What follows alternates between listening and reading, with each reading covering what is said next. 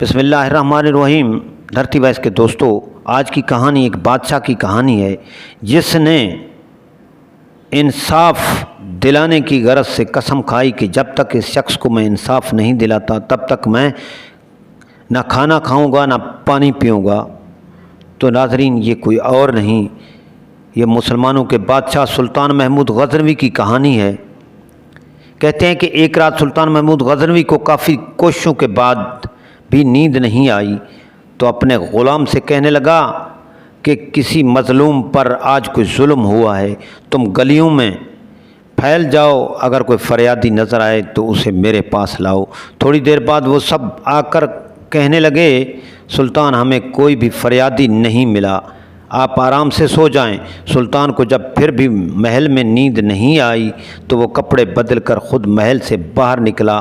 محل کے پچھواڑے میں حرم سرا کے نزدیک انہیں کسی کی فریاد سنائی دی، آئے اللہ! سلطان محمود غزنوی اپنے مصاحبوں کے ساتھ محل میں عیش و عشرت کی زندگی گزار رہا ہے اور محل کے عقب میں مجھ پر یہ ظلم توڑا جا رہا ہے۔ سلطان نے کہا، کیا بات کر رہے ہو؟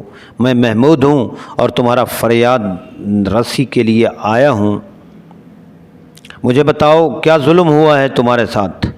آپ کے خواص میں سے ایک شخص جس کا نام میں نہیں جانتا ہر رات میرے گھر آتا ہے اور میری بیوی پر ظلم و تشدد کرتا ہے۔ اس وقت وہ کہاں ہے؟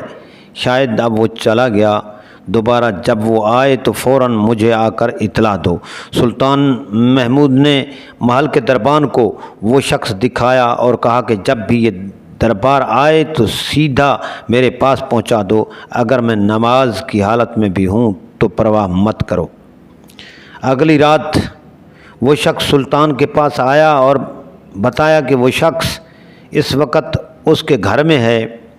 سلطان اسی وقت تلوار ہاتھ میں لیے اس شخص کے ساتھ چل پڑا۔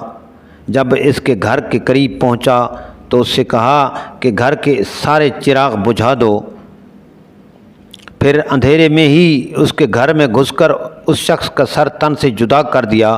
پھر سلطان نے حکم دیا کہ چراغ روشن کر دو۔ اس شخص کا چہرہ دیکھا اور سجدے میں گر پڑا۔ پھر گھر کے مالک سے کہا، اگر کچھ کھانے کو ہے تو لے آؤ، مجھے بہت سخت بھوک لگی ہے۔ آپ جیسا سلطان مجھ غریب کے گھر کا کھانا کھائے گا؟ جو کچھ بھی ہے لے آؤ۔ وہ شخص ایک سوکھی روٹی اٹھا لایا جسے سلطان نے بڑی رغبت سے کھایا۔ وہ شخص سلطان سے پوچھنے لگا کہ چراغوں کو بجھانا، سجدہ کرنے اور روٹی طلب کرنے کے پیچھے آخر کیا ماجرا ہے؟ سلطان نے فرمایا، میں نے جب تمہاری داستان سنی تو سوچا کہ میری سلطنت میں ایسا ظلم کرنے کی ہمت صرف میرے کسی بیٹے کو ہو سکتی ہے۔ اندھیرا کرنے کو اس لیے کہا تھا کہ پدرانہ شفقت میرے انصاف کے راستے میں حائل نہ ہو جائے۔ چراغ چلنے پر جب میں نے دیکھا کہ وہ میرا بیٹا نہیں ہے تو میں سجدہ شکر بجا لایا۔ کھانا اس لیے مانگا کہ میں نے جب سے مجھے تمہاری مصیبت کا علم ہوا، میں نے اللہ کے سامنے قسم کھائی تھی کہ جب تک تمہیں انصاف نہیں مل جاتا میرے اوپر روٹی حرام ہے۔ اس وقت سے اب تک میں نے کچھ نہ کھایا تھا اور نہ پانی پیا تھا۔ اور ناظرین، آج کل کے حکمران آپ کے سامنے ہیں۔ یہ ویڈیو آپ کو اچھی لگے تو چینل کو سبسکرائب اور ویڈیو کو لائک ضرور کیجیے گا۔ شکریہ۔